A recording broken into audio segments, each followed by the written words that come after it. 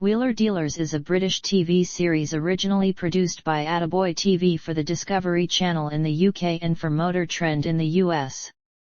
The program is fronted by car enthusiast and former dealer Mike Brewer.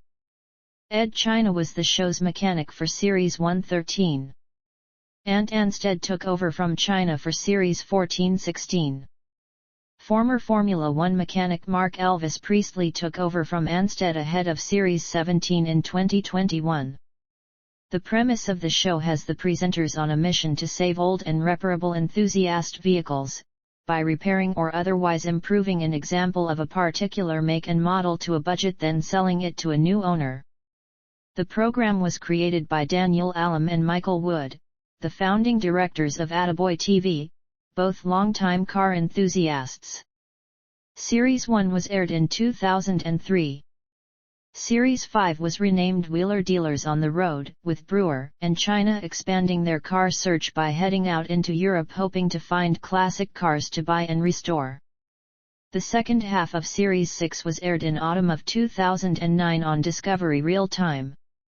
Beginning with Part 2 of Series 8, Brewer further expanded their horizon by touring the United States. In Series 12, Brewer and China set up a new workshop in a rented bay at Huntington Beach Bodyworks, 18108 Redondo Circle, Huntington Beach, California. This decision was made so that they could deliver more episodes of the show and meant they were able to restore and sell the cars on the spot, instead of having them shipped back to the UK.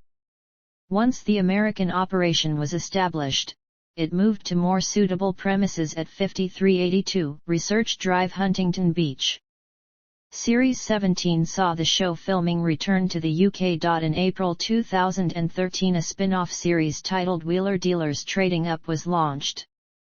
This series was produced by X2 Productions Ltd. and has Brewer traveling around the world to buy and sell but not repair or restore used cars in different countries on a set budget. A second spin-off series titled Wheeler Dealers, Dream Car premiered in January 2020, with Brewer and mechanic Mark Elvis Priestley lending their expertise to add value to clients' cars, helping them trade up to their dream vehicle. Premise: The Wheel of Time follows Moira Ain, a member of the Aes Sedai, a powerful organization of women who can channel the One Power. With her warder, Lan, she seeks a group of 5 young villagers from the secluded Two Rivers, believing one of them is the reincarnation of the dragon, an extremely powerful channeler who broke the world. The Dragon Reborn is prophesied to either save the world from a primordial evil known as the Dark One, or break it once more. Cast and characters: Main: Rosamund Pike as Moiraine de Modred, an Aes Sedai of the Blue Ajah who is searching for the Dragon Reborn. Daniel Henney as Al-Lan Mandragoran, Moiraine's warder and companion. Zoe Robbins as Noon of Almira, Wisdom of Emmons Field. Madeline Madden as Aegwene Alvir, a villager from Emmons Field in Two Rivers suspected of being the Dragon Reborn. Josh Stradowski as Rand Althor, a villager from Emmons Field suspected of being the Dragon Reborn. Marcus Rutherford as Perrin Abra, a villager from Emmons Field suspected of being the Dragon Reborn. Barney Harris and Donal Finn as Matt Cawthon, a villager from Emmons Field suspected of being the Dragon Reborn. Kate Fleetwood as Leandrin Girl, an Aes Sedai of the Red Ajah. Priyanka Bose as Alana Masvani, an Aes Sedai of the Green Ajah. Hamd Animashan as Loyal, an Ogier. Sophie Okendo as Swan Sanch, the Amerlin seat. Kay Alexander as Min Farshaw. Fairs as B.A. Alzaman, also known as Ishmael the Betrayer of Hope. Supporting episodes. Production. Background. In 2000, NBC optioned the screen rights to Robert Jordan's fantasy novel series The Wheel of Time but did not ultimately proceed with the production. In 2004, Jordan sold the film, television, video game, and comic rights to the series to production company Red Eagle Entertainment. In 2015, Red Eagle Entertainment paid airtime to cable network FXX to air Winter Dragon, a 22-minute pilot for a potential The Wheel of Time series starring Billy Zane and Max Ryan that allowed Red Eagle to hold on to the rights to the project. Subsequently, the company sued Jordan's widow, Harriet McDougal, for her comments about the pilot. The lawsuit was settled in 2016. In April 2016, McDougal announced that a major studio was undergoing contract negotiations for production on a TV series. Development. A new adaptation of the series was announced on April 20, 2017, produced by Sony Pictures Television in association with Red Eagle Entertainment and Radar Pictures. Rafe Judkins was expected to serve as showrunner for the series and executive produce alongside Rick Selvage, Larry Mondragon, Ted Field, Mike Weber, Lauren Seelig, and Darren Lemke. McDougal was set to serve as a consulting producer. By October 2018, the series had been in development for a year, and Amazon Studios had agreed to produce it. In January 2019, Judkins announced that 2 additional writers, Michael and Paul Clarkson, had joined the production's writing team. By April 2019, Kelly Valentine Hendry had been attached as casting director. In June 2019, it was announced that Rosamund Pike, who portrays Moiraine de Modred, would also serve as a producer. Brandon Sanderson, who had completed the book series following Robert Jordan's death, was also confirmed to be serving as consulting producer along with McDougal. On various occasions, Sanderson wrote about his contributions to the production, which he described as reading the scripts and offering feedback directly to Rafe, the showrunner. Judkins has said that Maria Simons, a longtime editorial assistant to Robert Jordan and McDougal, also provides feedback on scripts. The lead characters from Emond's Field were written as older than their book counterparts.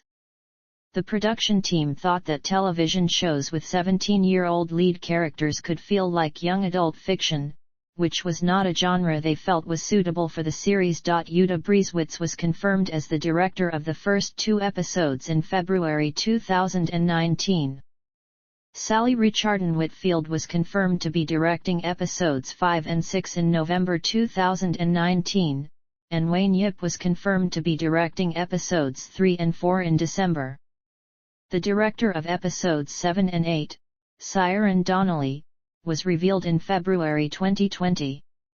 On May 20, 2021, Amazon renewed the series for a second season ahead of the series premiere. The first episode of the second season is titled A Taste of Solitude, with the teleplay by Amanda Kate Schumann. Thomas Napper, Maha Vervillo, and Sanaa Hamri have been reported to be directing episodes of Season 2, with Hamri directing half of the season and serving as an executive producer. On July 21, 2022, ahead of the second season premiere, Amazon renewed the series for a third season. Casting. Rosamund Pike was cast as the lead Moiraine in June 2019. Further main cast members were announced in August 2019, Daniel Henney as Lan Mandragoran, Josh Stradowski as Rand al'Thor, Marcus Rutherford as Perrin Abra, Zoe Robbins as Nun of Almira, Barney Harris as Matt Cawthon, and Madeline Madden as Egwene Alvear. Michael McElhatton was announced to be playing Tam al'Thor in early November 2019. Irish actor Daryl McCormack was said to have been cast in an undisclosed role in mid-November 2019, later revealed to be the role of Aram. Several more main cast members were announced in December 2019, Alexander Willam as Tom Marilyn, Johann Myers as Peyton Fane, Hamd Animashan as Loyal, Alvaro Mort as Logain Abler, Priyanka Bose as Alana Masvani, Taylor Napier as Maxim, and Emmanuel Imani as Ivy Han. In January 2020, Kate Fleetwood posted on her Instagram page that she had been cast to play the role of Leandrin Giral. In March 2020, Jen Chion Garcia announced that she had been cast as Leen Sharif. In June 2020, 8 additional roles were announced: Lolita Chakrabarti as Marin Alvear, Michael Twahin as Bran Alvear, David Stern as Sen Bui, Christopher Syoref as Abel Cawthon, Juliet Howland as Natty Cawthon, Mandy Simons as Days Conger, Abdul Salas as Eamon Valda, and Stuart Graham as Geo from Bornhold. In July 2020, Darren Clark was revealed to be playing the role of Basil Gill. That same month, Maria Doyle Kennedy and Narinder Samra were cast as Illa and Reen, respectively. Sophie Okondo as Swan Sanch, Kay Alexander as Min Farshaw, Peter Franson as Stbin, and Claire Perkins as Kireen Nagashi were all announced in August 2020. In September 2021, it was announced that Harris would not be returning for the second season and that Donal Finn would be playing the role going forward. In October 2021, Sayara Kavani, Natasha O'Keefe and Mira Sial joined the cast as series regulars for the second season, with Kavani confirmed to be playing the role of Elaine Trakand. In December 2021, 3 recurring cast members were announced: Guys Roberts as Uno Nomsta, Arnas Federavicius as Massima Dagar, and Greg Chilling-Irian as Ingtar Shanawa. The role of Ingtar was originally to be played by Amar Chadha-Patel, but due to scheduling conflicts his role was changed to Lord Yakota. Thomas Chenhing was confirmed for the role of Lord Agelmar and Sanra Yeeson Sindiver was confirmed for the role of Lady Amalisa. In April 2022, it was announced that Ioala Smart would play the role of Aviandha. Filming. Season 1. Season 2. Music. Showrunner Rafe Judkins said that for the soundtrack he did not want to be what the cliché is, i.e., typical, what one would expect of that genre.